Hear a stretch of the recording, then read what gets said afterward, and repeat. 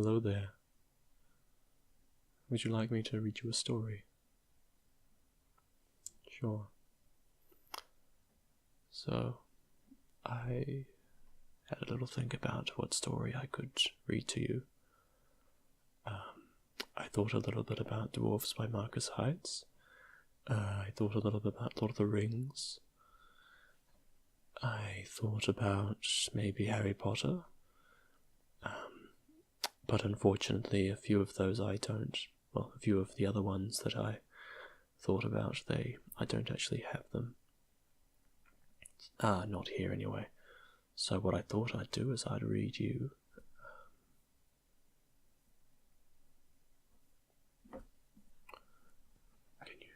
No, here we go. So that is Terry Pratchett, The Light Fantastic. So, let's start, shall we? Terry Pratchett, The Light Fantastic. The sun rose slowly, as if it wasn't sure it was worth all the effort. Another disk day dawned, but very gradually, and this is why. When light encounters a strong magical field, it loses all sense of urgency. It slows right down. And on the Discworld, the magic was embarrassingly strong, which meant that the soft yellow light of dawn flowed over the sleeping landscape like the caress of a gentle lover, or, as some would have it, like golden syrup. It paused to fill up valleys. It piled up against mountain ranges.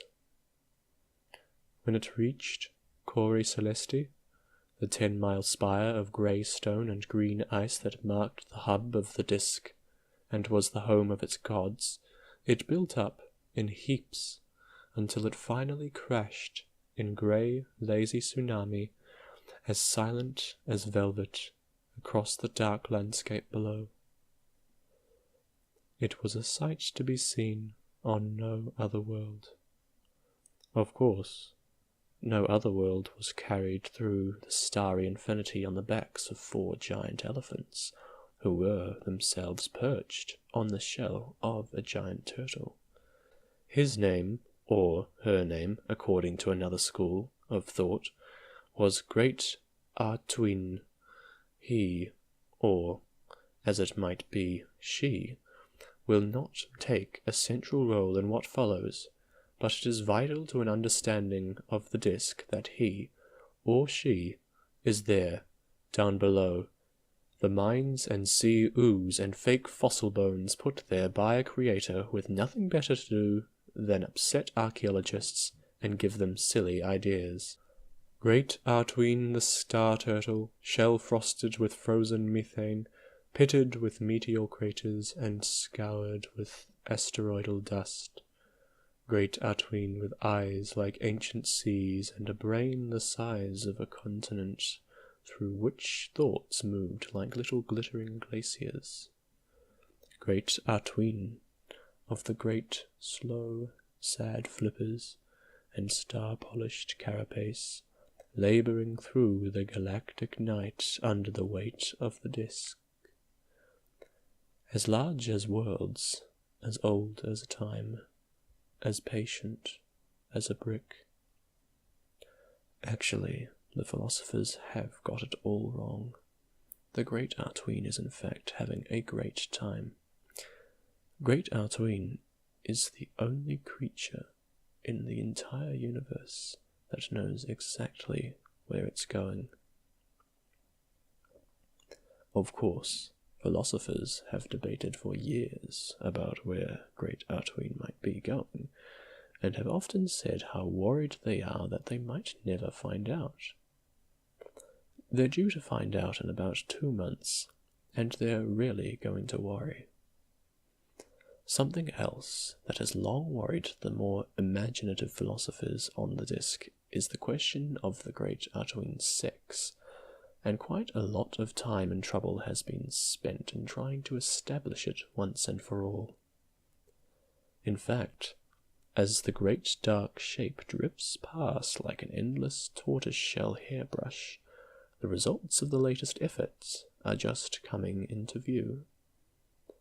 Tumbling past, totally out of control, is the bronze shell of the potent Voyager, a sort of Neolithic spaceship built and pushed over the edge by the astronomer priests of Cruel, which is conveniently situated on the very rim of that world, and proves, whatever people say, that there is a such thing as a free lunch. Inside the ship is Twoflower, the disk's first tourist.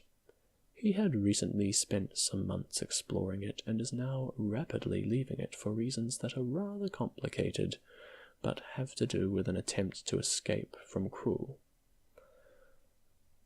This attempt has been 1000% successful, but despite all the evidence that he may be the disk's last tourist as well, he is enjoying the view.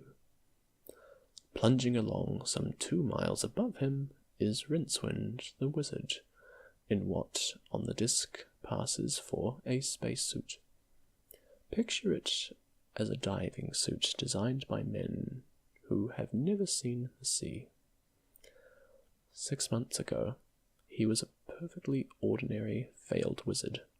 Then he met Twoflower, was employed at an outrageous salary as his guide, and has spent most of the intervening time being shot at, terrorized, chased, and hanging from high places with no hope of salvation, or, as is now the case, dropping from high places.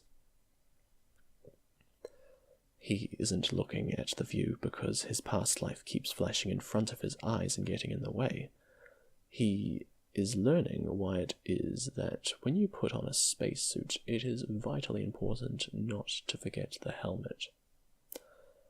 A lot more could be included now to explain why these two are dropping out of the world, and why Twoflower's luggage, last seen desperately trying to follow him on hundreds of little legs, is no ordinary suitcase. But such questions take time, and could be more trouble than they are worth. For example, it is said that someone at a party once asked the famous philosopher Leighton Weedle, "Why are you here?" and the reply took 3 years. What is far more important is an event happening way overhead, far above Artween, the elephants, and the rapidly expiring wizard. The very fabric of time and space is about to be put through the ringer. The air was greasy with the distinctive feel of magic, and acrid with the smoke of candles made of a black wax whose precise origin a wise man wouldn't inquire about. There was something very strange about this room deep in the cellars of Unseen University, the disk's premier college of magic. For one, it seemed to have too many dimensions, not exactly visible, just hovering out of eyeshot. The walls were covered with occult symbols, and most of the floor was taken up by the eightfold seal of stasis, generally agreed in magical circles to have all the stopping power of a well-aimed half-brick. The only furnishing in the room was a lectern of dark wood carved into the shape of a bird. Well, to be frank, into the shape of a winged thing. It is probably best not to examine it too closely. And on the lectern, fastened to it by a heavy chain covered in padlocks, was a book. A large, but not particularly impressive book. Other books in the university libraries had covers inlaid with rare jewels and fascinating wood, or bound with dragon skin. This one was just a rather tatty leather. It looked the sort of book described in library catalogues as slightly foxed, although it would be more honest to admit that it looked as though it had been badgered, wolved, and possibly bared as well. Metal clasps held it shut. They weren't decorated, they were just very heavy, like the chain, which didn't so much attach the book to the lectern as tether it.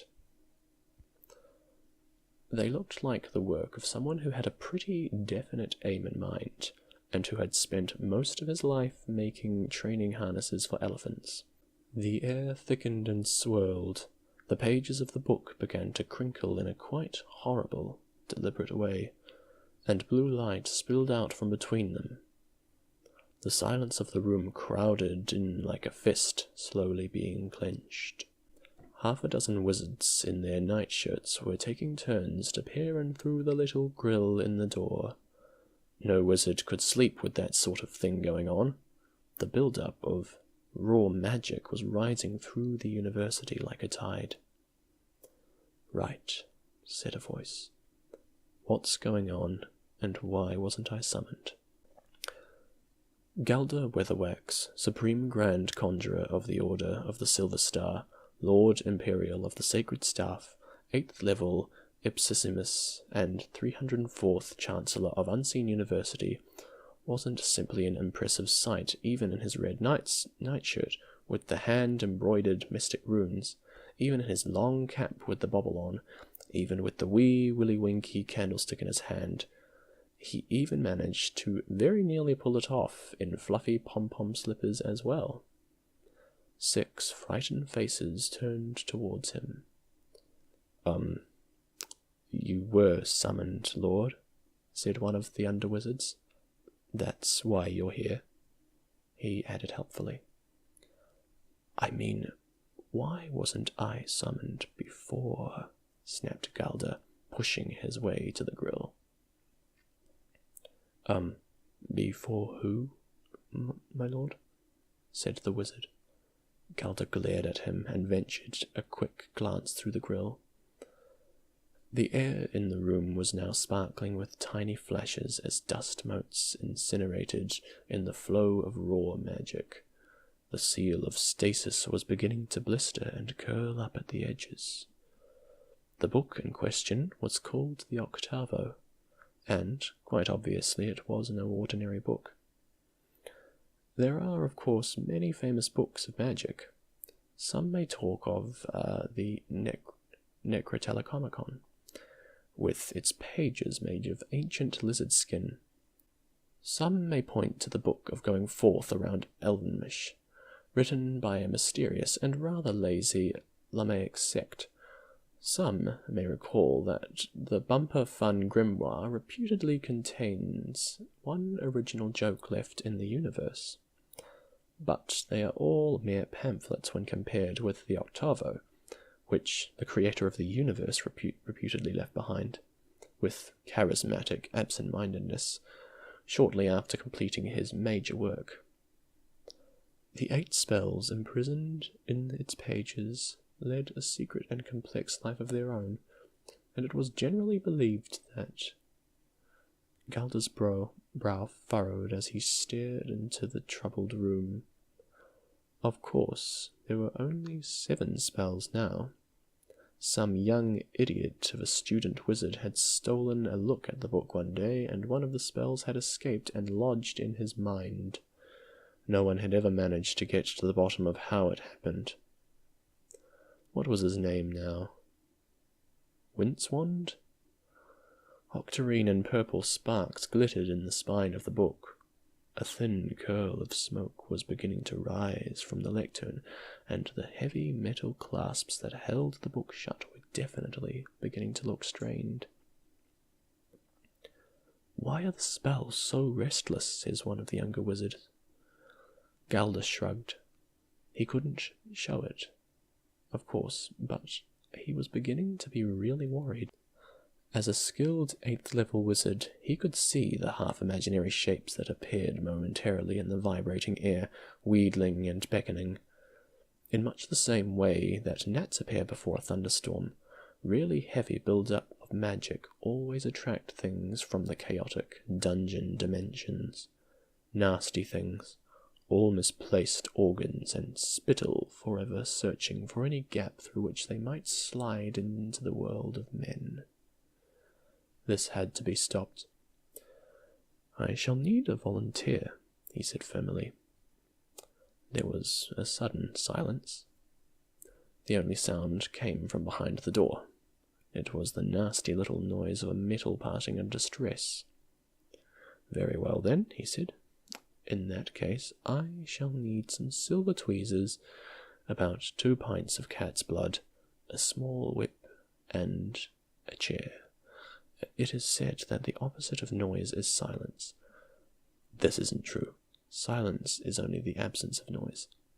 Silence would have been a terrible din compared with the sudden soft implosion of noiselessness that hit the wizards with the force of an exploding dandelion clock.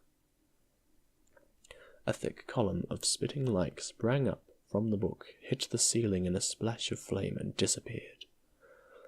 Galder stared up at the hole, ignoring the smouldering patches in his beard. He pointed dramatically. "To the upper cellars," he cried, and bound up the stone stairs.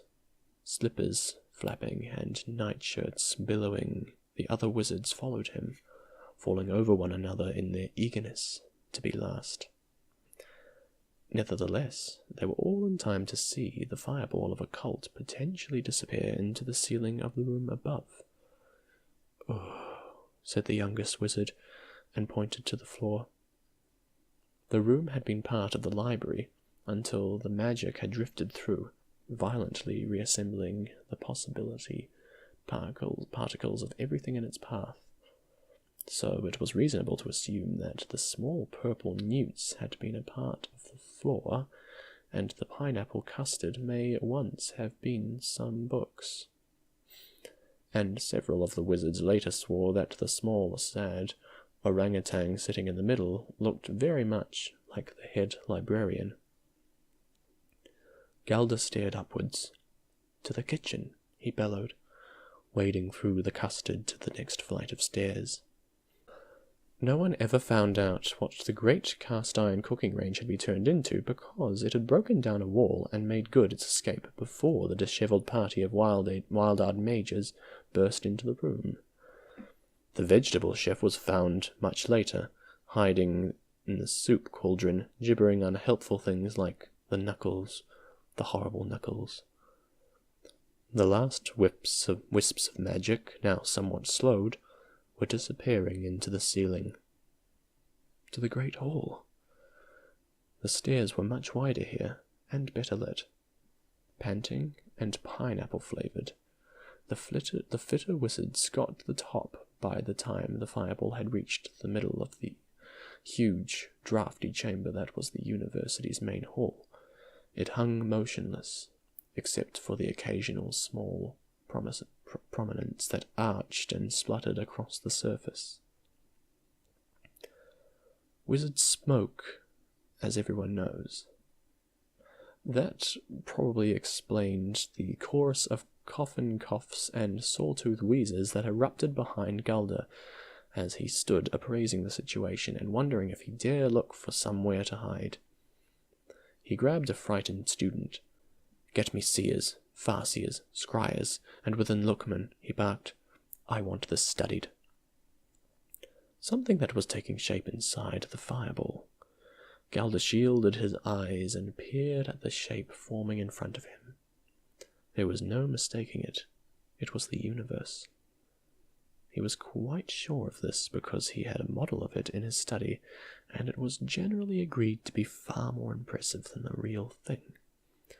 Faced with the possibilities offered by seed pearls and silver filigree, the creator had been at a complete loss.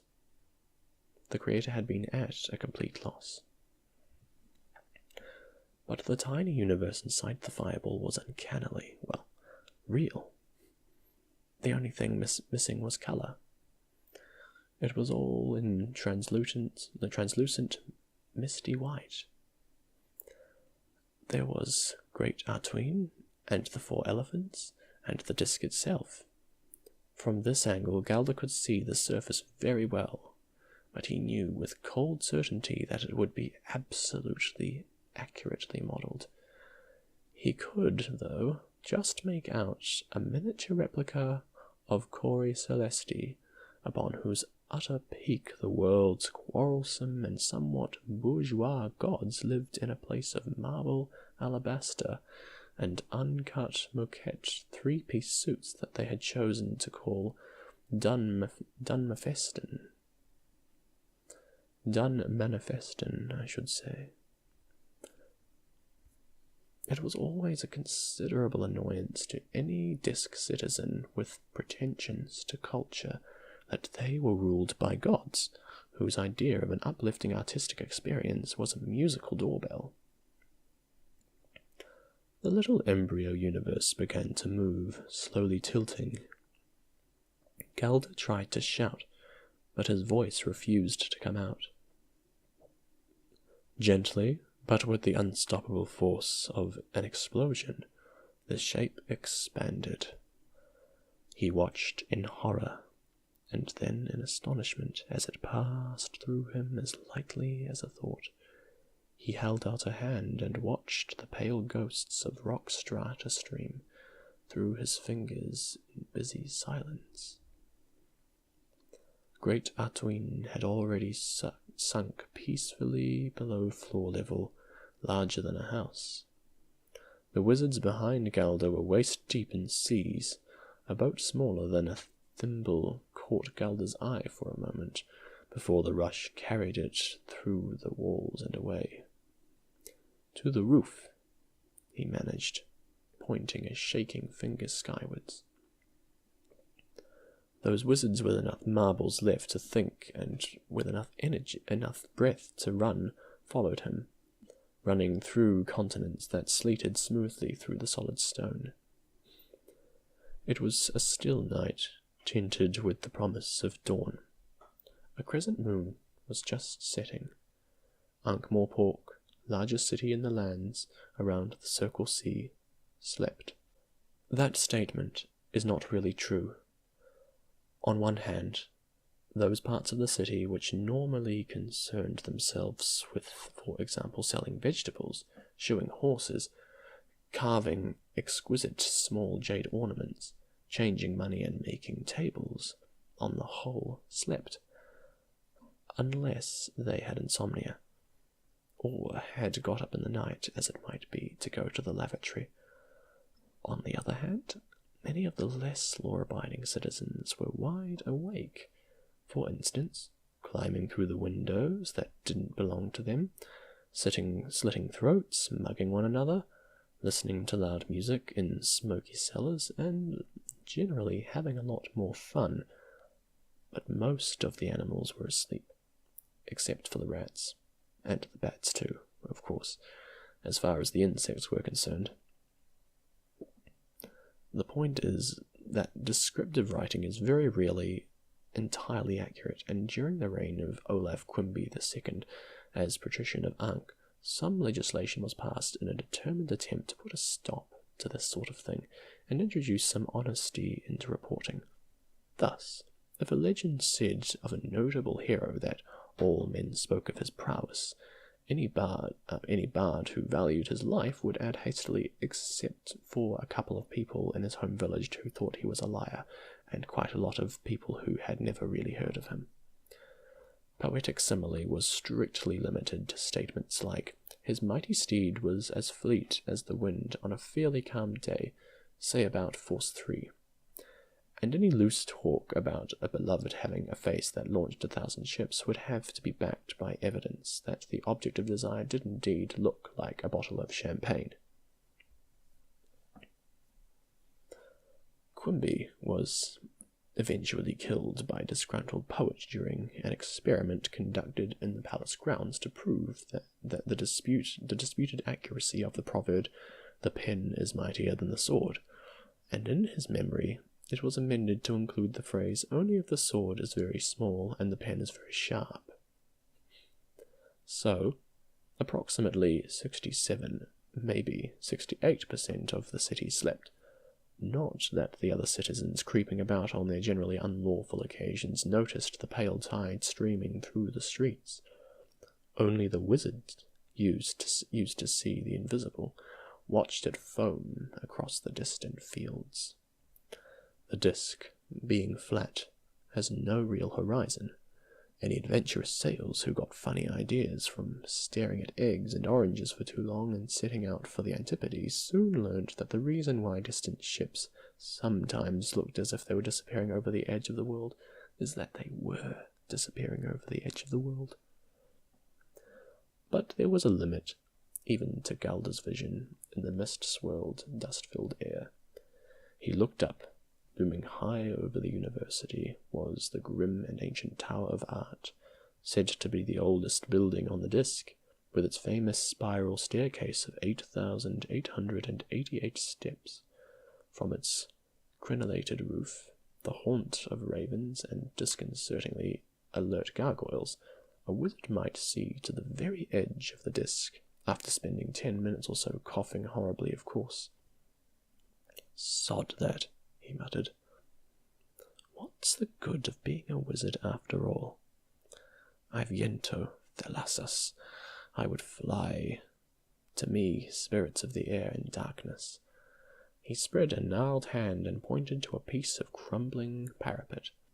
Octarine fire sprouted from under his nicotine-stained nails and burst against the rotting stone far above.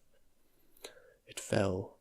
By a finely calculated exchange of velocities, Galder rose, nightshirt flapping around his bony legs.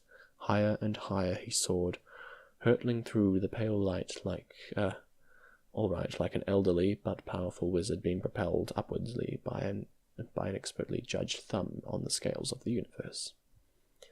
He landed in a litter of old nests, caught his balance, and stared down at the vertiginous view of the disk dawn.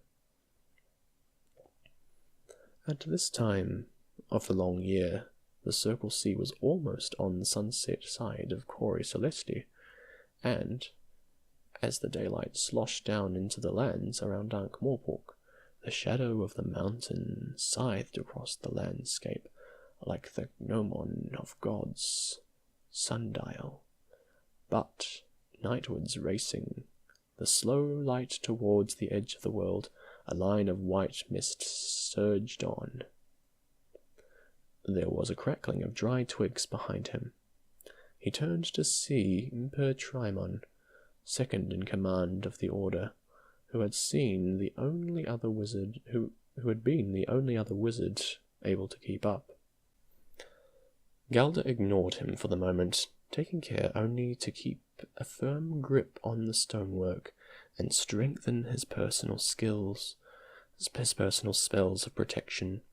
Promotion was slow in a profession that traditionally bestowed long life, and it was accepted that younger wizards would frequently seek advancement via dead men's curly shoes, having previously emptied them of their occupants. Besides, there was something disquieting about young Trimon. He didn't smoke, only drank boiled water, and Galder had a nasty suspicion that he was clever. He didn't smile often enough, and he liked figures and the sort of organization charts that shows a lot of squares with arrows pointing to other squares. In short, he was the sort of man who could use the word personnel and mean it. The whole of the visible disk was now covered with a shimmering white skin that fitted it perfectly. Galder looked down at his own hands and saw them covered with a pale network of shining threads that followed every movement. He recognized this kind of spell. He used them himself, but had been smaller, much smaller. "This is a changed spell," said Trimon. "The whole world's being changed." Some people thought Galder grimly, would have had the decency to put an exclamation mark on the end of a statement like that. There was the faintest of pure sounds, high and sharp like the breaking of a mouse's heart. "What was that?" he said. Trimon cocked his head. "C sharp, I think." Galder said nothing. The white shimmer had vanished, and the first sounds of the waking city began to filter up into the two wizards. Everything seemed exactly the same as it had before. All that just to make things stay the same? He patted his nightshirt pockets distractedly and finally found what he thought he was looking for, lodged behind his ear. He put the soggy dog end in his mouth and called up a mystical fire from between his fingers and dragged hard on the wretched roll-up until little blue lights flashed in front of his eyes. He coughed once or twice. He was thinking very hard indeed. He was trying to remember if any gods owed him any favours. In fact, the gods were puzzled by all of this, as the wizards were, but they were powerless to do anything, and in that case were engaged in an eons-old battle with ice giants, who had refused to return the lawnmower. But some clue as to what actually had happened might be found in the fact that Rincewind, whose past life had just gotten up to quite an interesting bit when he was 15, suddenly found himself not dying after all, but hanging upside down in a pine tree. He got down easily by dropping uncontrollably from a branch to branch until he landed on his head in a pile of pine needles, where he lay gasping for breath and wishing he'd been a better person. Somewhere, he knew, there had to be a perfectly logical connection. 1 minute, one happens to be dying, having dropped off the rim of the world, and the next minute, one is upside down in a tree.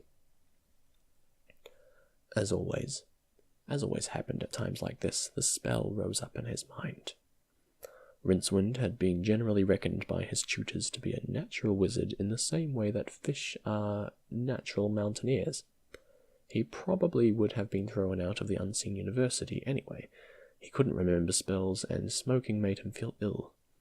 But what had really caused trouble was all that stupid business about sneaking into the room where the Octavo was chained and opening it. And what made the trouble even worse was that no one could figure out why all the locks had temporarily become unlocked. The spell wasn't a demanding lodger. It just sat there like an old toad at the bottom of a pond, but whenever Rincewind was feeling really tired or very afraid, it tried to get out. It tried to get itself said. No one knew what would happen if one of the 8 great spells was said by itself, but the general agreement was that the best place from which to watch these effects would be the next universe. It was a weird thought to have, lying on a heap of pine needles just after falling off the edge of the world, but Rincewind had a feeling that the spell wanted to keep him alive. Suits me, he thought. He sat up and looked at the trees. Rincewind was a city wizard, and although he was aware that there were various differences among the types of tree by which their nearest and dearest could tell them apart, the only thing he knew for certain was that the end without the leaves on fitted to the ground. There were far too many of them, arranged with absolutely no sense of order. The place hadn't been swept for ages. He remembered something about being able to tell where you were by looking at which side of a tree the moss grew on. These trees had moss everywhere, and wooden warts, and scrabbly old branches. If trees were people, these trees would be sitting in rocking chairs. Rincewind gave the nearest one a kick. With unerring aim, it dropped an acorn on him. He said, "Ow." The tree, in a voice like a very old door swinging open, said, "Serves you right." There was a long silence. Then Rincewind said, "Did you say that?" "Yes." And that too?" "Yes." "Oh." He thought for a bit. Then he tried. "I suppose you wouldn't happen to know the way out of the forest, possibly by any chance?" "No, I don't get about much," said the tree. "Fairly boring life, I imagine," said Rincewind. "I wouldn't know. I have never been anywhere else," said the tree. Rincewind looked at it closely. It seemed to be pretty much like every other tree he'd seen. "Are you magical?" he said. "No one's ever said the tree. "I suppose so." Rincewind thought, "I can't be talking to a tree. If I was talking to a tree, I'd be mad, and I'm not mad, so trees can't talk." "Goodbye," he said firmly. "Hey, don't go," the tree began, and then realized the hopelessness of it all. It watched him stagger off through the bushes and settled down to the feeling of the sun on its leaves, the slurp and gurgle of the water in its roots, and the very ebb and flow of its sap in response to the natural tug of the sun and moon. Boring, it thought. What a strange thing to say. Trees can't be bored, of course. Beetles do it all the time.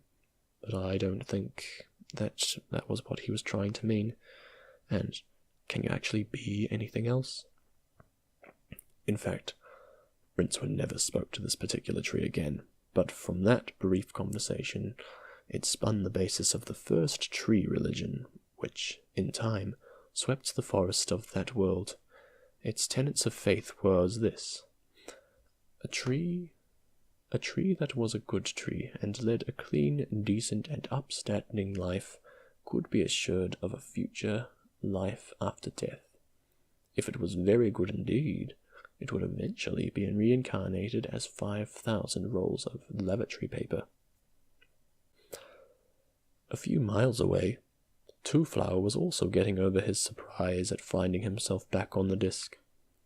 He was sitting on the hull of the potent Voyager as it gurgled gradually under the dark waters of a large lake surrounded by trees.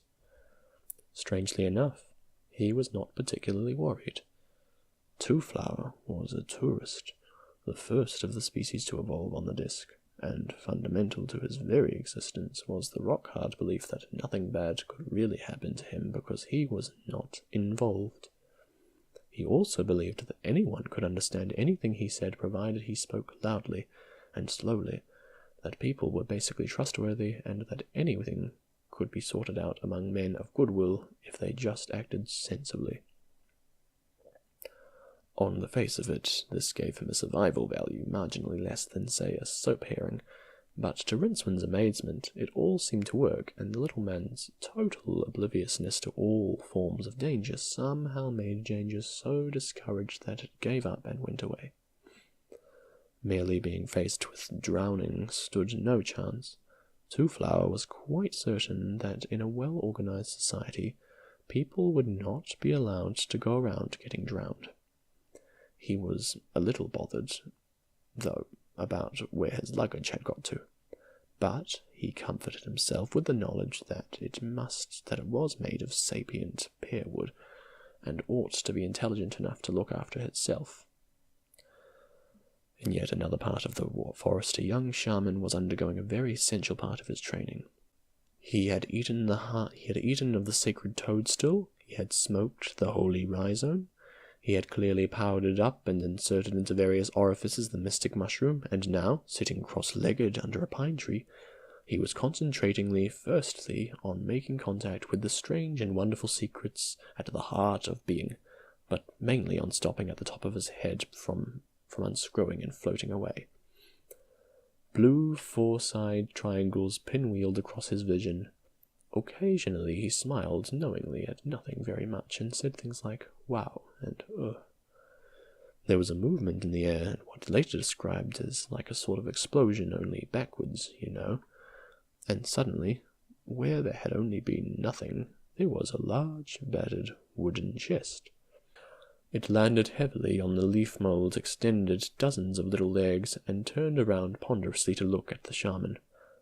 That is to say, it had no face, but even through the mycological haze he was horribly aware that it was looking at him, and not a nice look either. It was amazing how baleful a keyhole and a couple of knot-holes could be. To his intense relief, it gave a sort of wooden shrug and set off through the trees at a canter. With superhuman effort, the shaman recalled the correct sequence of movements for standing up, and even managed a couple of steps before he looked down, and gave up, having run out of legs. Rincewind, meanwhile, had found a path. It wound about a good deal, and he would have been happier had it been cobbled, but following it gave him something to do. Several trees tried to strike up a conversation, but Rincewind was clearly certain that this was not normal behavior for trees and ignored them. The day lengthened. There was no sound but the murmur of nasty little stinging insects, the occasional crack of a falling branch, and the whispering of trees discussing religion, and the trouble with squirrels. Rincewind began to feel very lonely. He imagined himself living in the woods forever, sleeping on leaves and eating whatever there was to eat in the woods. Trees, he supposed, and nuts and berries. He would have to... Rincewind! There, coming up the path, was Twoflower, dripping wet but beaming with delight. The luggage trotted along behind him. Anything made of wood would follow its owner anywhere, and it was often used to make luggage for the grave goods of very rich dead kings who wanted to be sure of starting a new life in the next world with clean underwear. Rincewind sighed. Up to now, he thought, the day couldn't possibly get any worse.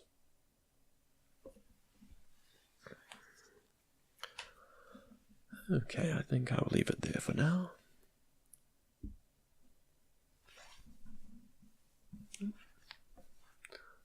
So, thank you very much for... Probably couldn't see much of me, that's alright. That's not really... Thank you very much for coming and joining me. And I'm going to have a little think about what I'm going to do next week. I thought I would do a speaking one this week because I've done a whispering one for the last 2 weeks. So yes, if you're still with us, then thank you for joining us. And I'll see you all next week. Bye-bye, my dears and dearesses.